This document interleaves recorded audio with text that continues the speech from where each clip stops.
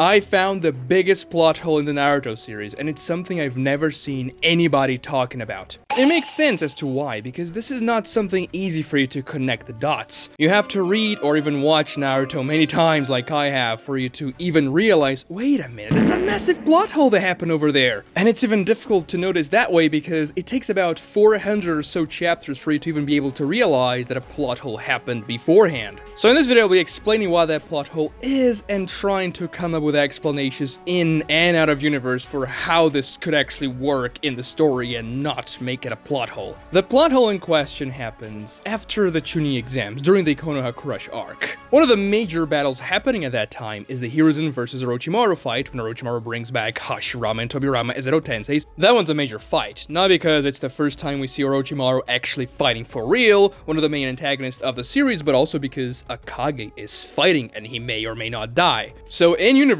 when we speak about the importance of this fight, obviously it's going to be extremely important. After all, we know the result. Hiruzen eventually dies, and the death of Hokage is always going to make ripples across the entire shinobi world, even beyond the village itself. Losing the Kage, the leader of the village, is always going to bring a certain level of instability and uncertainty to the village and leave it more exposed and vulnerable to other threats. So it's naturally going to be in the best interest of the village for them to not let their Kage die. Yes, the Kage is supposed to protect their village with their lives, but also the village will do its best for the Kage not to die. That's why they have Kage guards and everything like that. So the Leaf Village, in that situation where Hiruzen is fighting against Orochimaru, will try its best not to let their Kage die. Especially because Orochimaru's main goal for the attack on the Leaf Village was to kill Hiruzen and oust the Hokage and his former teacher. And what does the Leaf Village do to protect Hiruzen and fight against Orochimaru? Well, nothing at all, because they can't. The Sound Four come along with Orochimaru, and they use this four-pronged barrier jutsu to essentially lock Orochimaru and Hiruzen inside of it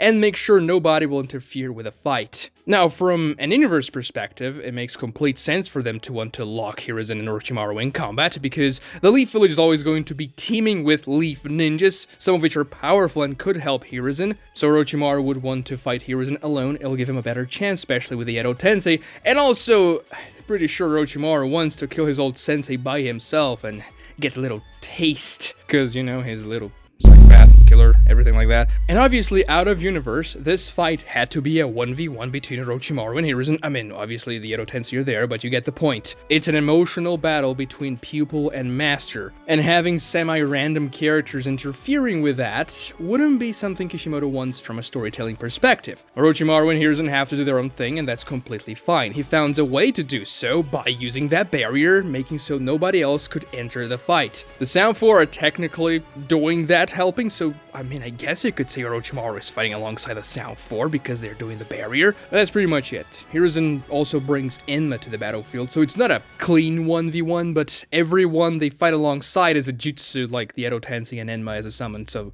it's fine. The point is, Orochimaru and Hiruzen are supposed to fight by themselves. And from a writing perspective, that's completely fine. However, the way they achieve that is the issue here. You see, there's an entire ambu cell watching the entire Orochimaru versus Hiruzen fight. They're commenting on the fight, they're even giving some advice to Hiruzen from time to time, like, oh, those two are not the real first and second Hokages, they're dead people, and you have to fight against Lord Hokage, go! And we see that one of the ambu members that tries to interfere with the fight and jumps into the barrier, he gets burned and killed very quickly. So yeah, obviously it's a good idea for them not to try and just break the barrier with their hands, but they're simply watching the entire fight and not doing anything. And like, let's be real here, it's an ambu squadron, they're supposed to be elite ninjas, and there's an entire freaking invasion happening around them in the Leaf Village, and they're just watching the fight happening. Like, yeah, if you're just gonna watch, if you're not even gonna try to break that barrier,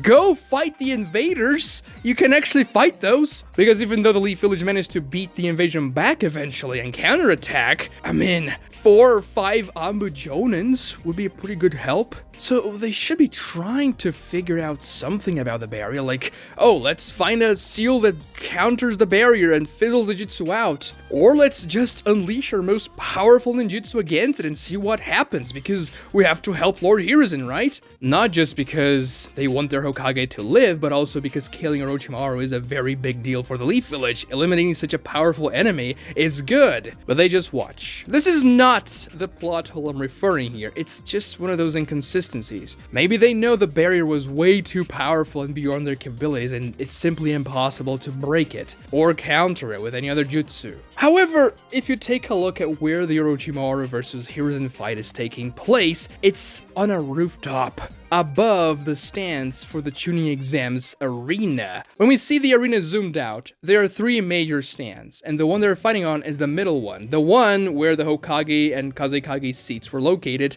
in that second tier above the populace. But that's the thing, they're fighting on top of tiles. It's not something terribly durable, I would say. In the anime, Hiruzen can even use the roof tile shuriken jutsu so he can manipulate the tiles. So why doesn't the Anbu squadron that's watching the fight just break through the ceiling and get access to the fight, bypassing the barrier entirely? We see in the Naruto series time and time again that ninjas are capable of moving through the ground, burrowing, and catching their opponents off guard. I mean, Naruto, a freaking Genin does that a few chapters before when he catches Neji from the ground. And he had never done that before. It was something he did for the first time there, so it seems like it's pretty doable for a ninja, especially someone from the Anbu. And I'm not saying breaking through the ceiling would be the same thing as breaking through the ground, but it's the same principle, right? So you enter that house where they are fighting on top of and break through the ceiling, get access to the fight, and if you have to, extract Hiruzen from there. Bring more reinforcements, help him out against Orochimaru. You don't want your Kage to die and you want to kill Orochimaru. So yeah, do those things, right? And this is not even the main plot hole I'm talking about, because the explanation for this one would be, oh, the barrier the Sound 4 created is like a cube.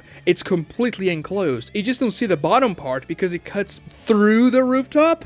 Like, it doesn't literally cut through it, but it passes through it in a somewhat immaterial way. But you cannot physically get access to it. It would be very weird, but you know what I mean, right? That's the only way you can see them not breaking through the ceiling and getting access to the fight. And that's if the barrier also blocks that way. We don't see the barrier on the ground where Orochimaru and Hiruzen are standing, but I guess we could assume it would be there in the house itself. That does not seem to be the implication, but it's what we can come up with to justify why the Anbu is being so useless. And I know it's a meme for the Anbu to be useless, but they should be thinking about ways to actually go and help Hiruzen. Like, yeah, it's fine for you to have Hiruzen and Orochimaru fight by themselves without interference. You need to do so in a way that will make sense within the universe. Verisimilitude. This is very important for us to buy into the story. Then again, even if you assume the barrier is covering them from below as well, and completely enclosing them there, there is still a way for you to destroy the barrier, which would be to simply collapse the building they're standing on. I think that if the entire building collapses, and that side of the Chunin Exams arena just falls, the Sound 4 would lose control over the barrier because the barrier would stretch itself and become weird, and then Hiruzen could escape it. Now, the issue with collapsing the building is because there are like thousands of people below them that were watching the Chunin Exams and were put to sleep by Kabuto's genjutsu, so yeah, they probably wouldn't want to kill them all by collapsing the entire thing. They would have to extract them, and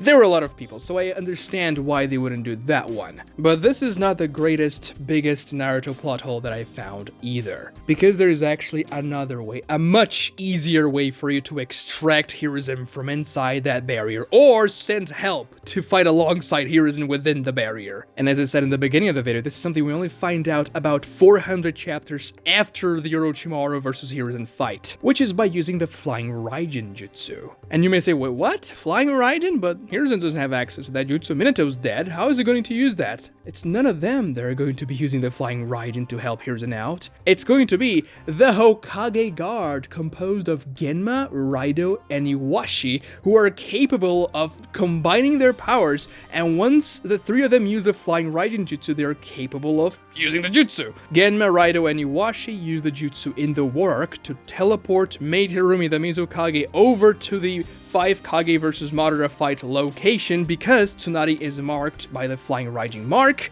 and so they could actually teleport to Tsunade, and they took Mei with them. Think about this for a second. Raido, Genma, and Iwashi. the members of the Hokage Guard.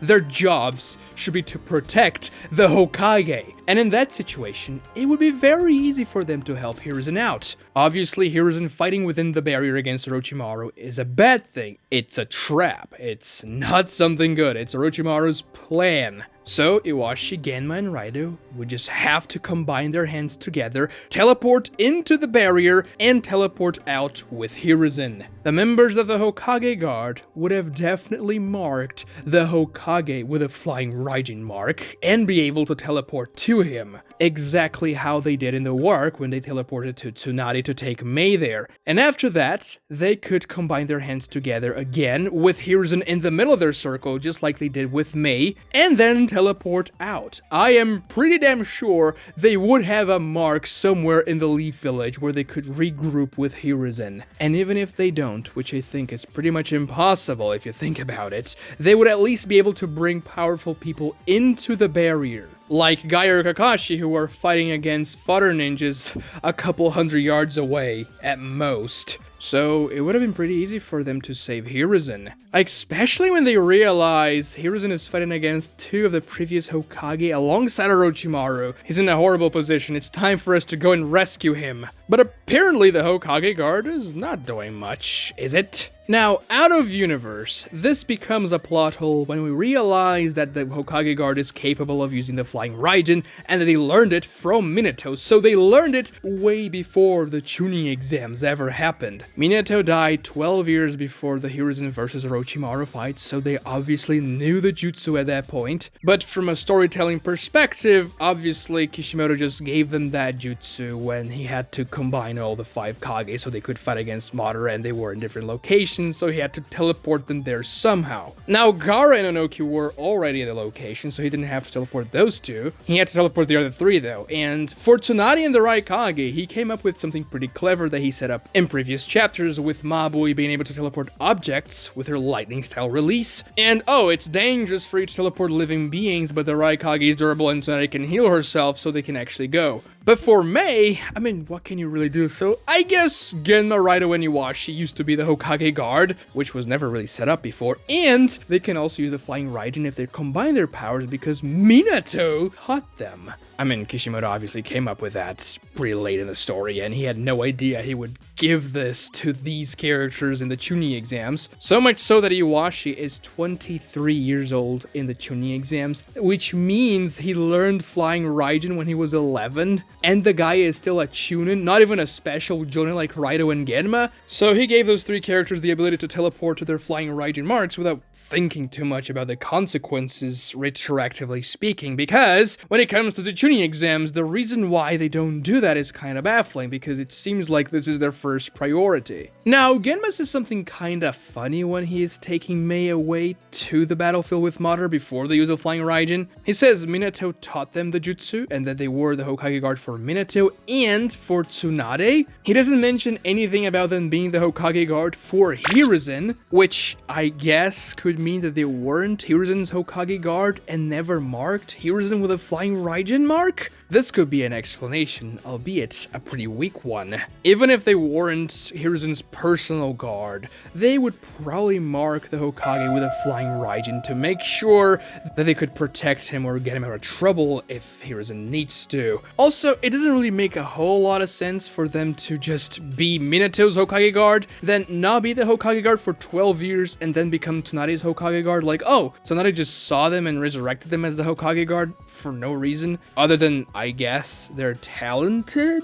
That's what I'm saying. Them being the Hokage Guard is a retcon done because Mei had to be teleported with a Flying Raijin. So Kishimoto comes up with this explanation to say why Minato would have taught them the Flying Raijin in the first place. It definitely doesn't feel like Genma or Iwashi are Hokage Guards in Naruto Part 1. For one, instead of protecting Hiruzen, Genma is proctoring the Chunin Exams final round, which I guess is fine because the Hokage is in his sight the entire time, so he could in theory just rush to Hiruzen and protect him if necessary. But Iwashi is nowhere to be seen during the Chunin Exams final round, and when we actually see him, he is proctoring the first exam of the Chunin Exams, the written test, and also talking to Anko when they see Gaara's videotape of him arriving with without a scratch at the tower in the middle of the Forest of Death in record time, and it just feels like if you're the Hokage guard, you shouldn't be doing that. You should be probably taking care of protecting the Hokage, whatever Hiruzen was at that point. Like, Iwashi is just chilling with Anko in the middle of the Forest of Death, watching videotapes. It just doesn't feel like the job for the Hokage guard for me. And as I said, the guy is simply nowhere to be seen during the final round when Hiruzen is attacked by Orochimaru. He has no page or screen time. So obviously without one of them, they cannot use the Flying Raijin because this is a limitation Kishimoto came up with wisely, because if a character other than Minato or Tobirama could use the Flying Raijin by themselves, that would make the character way too powerful, and so why would these fodder background characters, except for Gamma because he's based, would be so weak if they can actually use the Flying Raijin? But I guess we can try and explain why they wouldn't go help Hiruzen. Let's do our best here. Assuming, obviously, that at the time of the Chunin Exams, the Hokage guard is comprised of Genma, Raito, and Iwashi, considering the retcon already a thing. The first problem the Hokage guard is faced with is that Raito, who is actually being the Hokage guard during the final round of the Chunin Exams, he is the guy sending Hiruzen messages about Sasuke and that he is late and whether or not they should cancel the fight, and also standing behind Hiruzen for most of the duration of the final round. He's actually taken out pretty quickly. He's quite literally the first casualty of the invasion of the Leaf Village there by Orochimaru and the Sound and Sand villages. The Sound 4 used that smoke bomb to obscure what's going on with Hiruzen and Orochimaru. Well, the Sound 4 was disguised as those two Sand ninjas, but they still used the smoke bomb. And after Orochimaru captures Hiruzen and takes him to the rooftop and the smoke clears, we see Raito laying there, sitting down with a splatter of blood behind him on the wall, so he was taken care of off-page. Now, in the anime, we actually see what happens to Raito. He gets nailed by a few kunai and gets defeated. And the first time I watched that, I thought, oh, okay, this dude with a weird scar across his face, he's dead. I guess it's fine. I mean, obviously people are going to die in this invasion, and this guy wasn't really important, so I don't really care, but yeah, he's definitely dead. And also, when you see him in the manga with that massive stain of blood behind him, it looks like he just took a fatal attack, but he doesn't die, obviously, because he appears later. I was kind of surprised and very confused when I saw Raito alive in the Sasuke retrieval arc when I was a kid watching Naruto for the first time, because I simply assumed he was one of the people that died during the Orochimaru attack. But apparently not. I mean, he was taken out of the fight, but he didn't die. And you may say, yeah, well, case closed. It's not a plot hole. They couldn't combine their powers to use Flying Raijin into the barrier because Raito was out. But it's not that simple, because if Raito wasn't dead, they could simply heal him back to his full condition, and then they could teleport into the barrier. If there is one team in the Leaf Village that will know about the capabilities of everyone and they can actually teleport to Hiruzen, it's going to be the Yambu. The Yambu who is watching the fight between Hiruzen and Orochimaru. And if you take a look at the scene, right after the Sound 4 uses the four-pronged barrier and Hiruzen and Orochimaru locked in place there, they zoom out for you to see the entire thing and how the geography of the fight's going to play out, and you can actually see Raito still lying there with blood behind him, but we know he's alive. So why wouldn't the Yambu just go down a few meters, bring him back, heal Raito, collect Genma and Iwashi, and make them teleport themselves into the barrier to extract Hiruzen and save their Hokage? Because yeah, if Raito actually had died in that initial attack, it would be fine, because obviously they can't use the jutsu without Raito, it has to be the three of them. But because he didn't die, even though it looked like he did, the ambush should be going after him, healing him, and making sure he would save their Hokage. I mean, yeah, Genma is locked in combat in the arena below with Baki,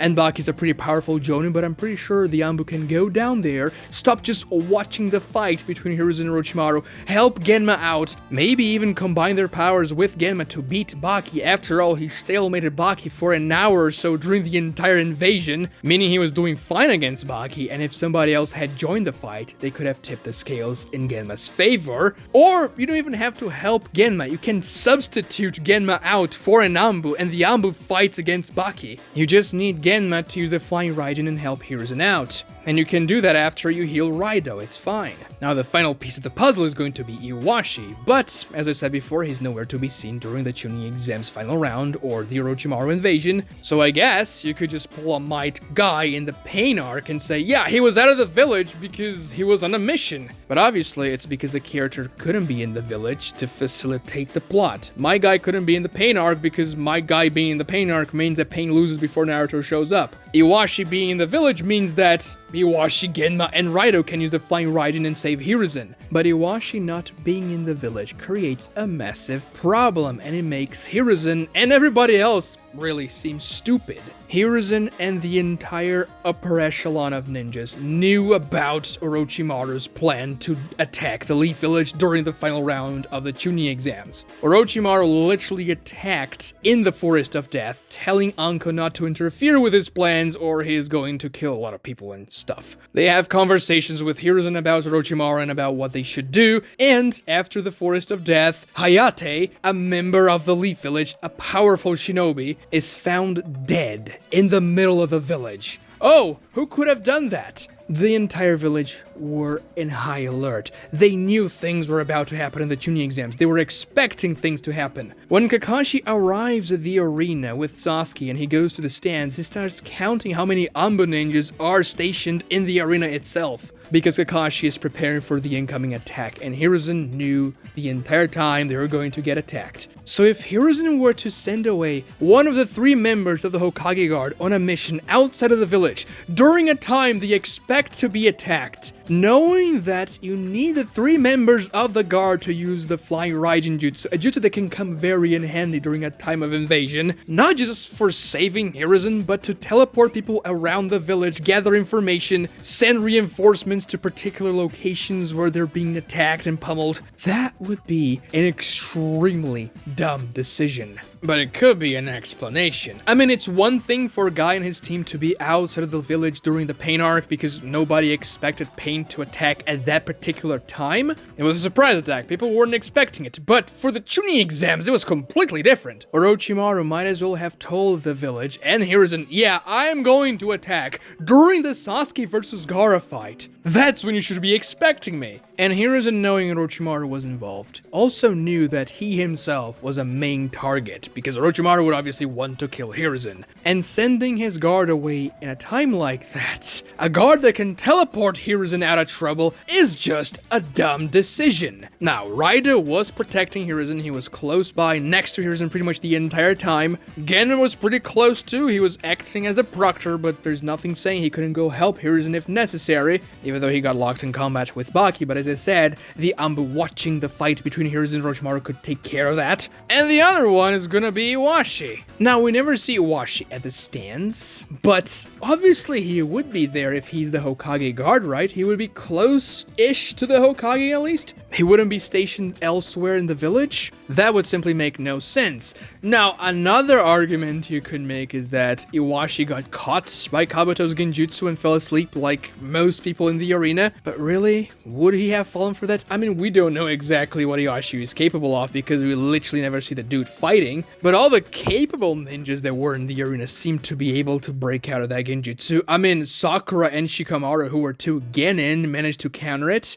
And Iwashi, a seasoned Chunin and a member of the Hokage Guard who was taught by Minato, should be able to do that as well. And even if he didn't, even if he fell for Kabuto's genjutsu and fell asleep there in the middle of the arena, just like the Ambu could go and help Raido recover from his wounds, and also help Genma with a fight against Baki so that they can actually use their jutsu, they could simply go to Iwashi and break him out of the genjutsu, wake him up so he can use the Flying Raijin with the 2 others. Now, this seems like a massive plot hole, doesn't it? However, I believe I came up with a very good explanation for it, an in-universe explanation that would explain why they didn't use a Flying Raijin to save Hiruzen there, and also make Hiruzen not feel extremely stupid by sending someone away from his own guard. Remember when I talked about Iwashi being only 23 years old at the time of the Chunin Exams, meaning that he would have to be in Minato's Hokage guard when he was 11? After all, Minato died 12 years ago.